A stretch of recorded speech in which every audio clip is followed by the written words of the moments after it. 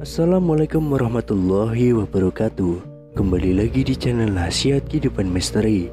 Pada video kali ini saya akan membahas tentang Borobudur bukan candi, tapi bunga raksasa. Candi Borobudur telah diakui sebagai warisan dunia UNESCO dan situs arkeologi Buddha terbesar di dunia oleh Guinness World Record. Namun terlepas dari semua pengakuan ini, candi ini masih menyimpan sejumlah misteri yang belum terpecahkan. Candi Borobudur yang terletak di Kabupaten Magelang, Jawa Tengah ini selama berabad-abad terkubur di bawah gundukan tanah, menjadi serupa bukit penuh dengan semak belukar dan ditumbuhi pohon akibat letusan Gunung Merapi.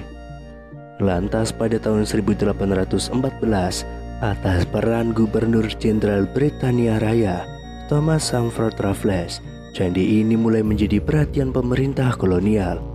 Raffles jugalah yang pertama kali menuliskan nama Borobudur dalam bukunya History of Java. Borobudur memang masih banyak menyimpan misteri, seperti bagaimana cara membangunnya, dari mana asal batu tersebut, lalu bila batunya berasal dari Gunung Merapi, bagaimana cara membawanya, mengangkatnya, dan juga menyusunnya. Letak Candi Borobudur yang tidak biasa berada di atas bukit, dikelilingi dua pasang gunung kembar, Sindoro Sumbing dan Merbabu Merapi. Padahal candi lain dibangun di tanah yang datar juga menjadi teka-teki yang belum terjawab.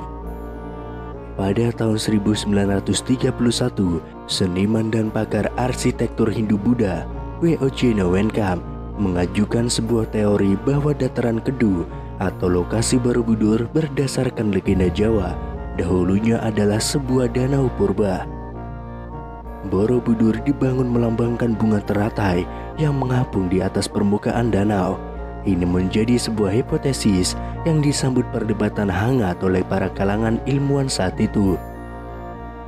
Dalam bukunya Fit Borobudur Mir atau Danau Borobudur, Newenkam beranggapan desain arsitektur Candi Borobudur pada dasarnya merupakan representasi dari bentuk bunga Padma atau lotus, simbol kesucian dalam Buddhisme.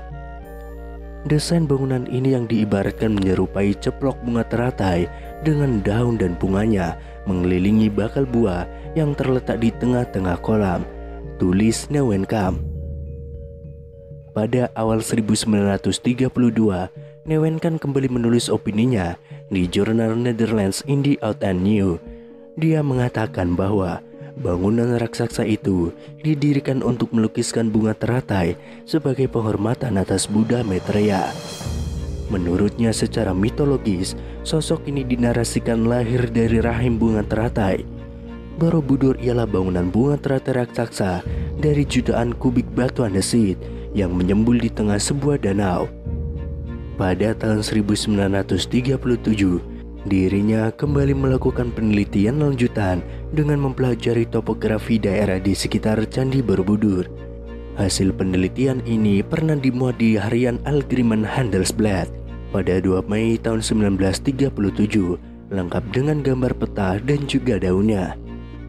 Dari rekonstruksi diandaikan, Candi Mendu dan Candi Pawon yang berada pada satu garis lurus dengan Candi Borobudur ternyata berada di dataran dengan lokasi di tepian danau. Dari Candi Pawonlah, kata Newenkam, dapat diperoleh panorama Borobudur yang paling bagus. Sementara itu, untuk membuktikan hipotesisnya, Newenkam menunjukkan beberapa nama desa di sekitar Candi Borobudur yang berhubungan erat dengan danau dan air, seperti Tanjung Sari, Bumi Segoro, Seberang Rowo, atau Segaran. Tetapi mendengar hipotesis itu, Theodor van Eert, orang Belanda yang juga berjasa memimpin pemugaran Candi Borobudur, langsung menyanggahnya. Dirinya tentu memahami benar segi-segi teknis bangunan Candi Borobudur ini. Dalam catatan van Eert, Candi Borobudur dibangun dari 2 juta kubik batu andesit, terdiri dari 1460 panel bergambar dan 1212 panel dekoratif, dan juga 504 patung Buddha 3 dimensi plus 1 stupa besar dengan diameter 52 kaki. Berdasarkan pengetahuan dan argumentasi dari segi teknis bangunan itulah, Van Earp mengkritik fantasi Neuwenkamp yang disebutnya ngawur. Pasalnya hipotesis ini tidak didasarkan prasasti yang menyebutkan adanya lingkungan danau di sekitaran candi.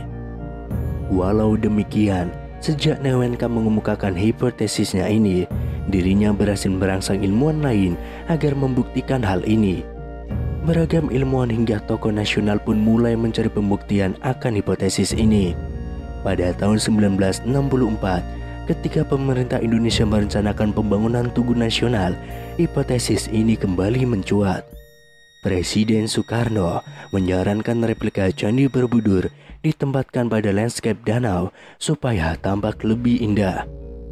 Merespon ide tersebut, dikerahkan tim geologi Bandung untuk melakukan penelitian lapangan di daerah Candi Borobudur. Hasilnya ditemukan adanya sisa-sisa endapan lapisan tanah yang memberi kesan bahwa sebagian wilayah itu dulunya pernah digenangi air. Namun keraguan muncul kembali setelah peneliti berkebangsaan India yakni Thani Kaimoni melakukan riset di kawasan Borobudur pada tahun 1983. Disebutkan dalam penelitiannya dengan pendekatan palinologi, ternyata gagal menemukan serbuk sari tanaman air.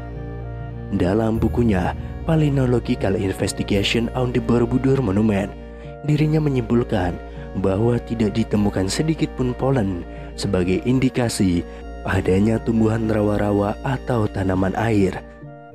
Maka berarti bisa disimpulkan bahwa tidak ada lingkungan danau di kawasan sekitar Candi Borobudur, kata Thani Kaimoni.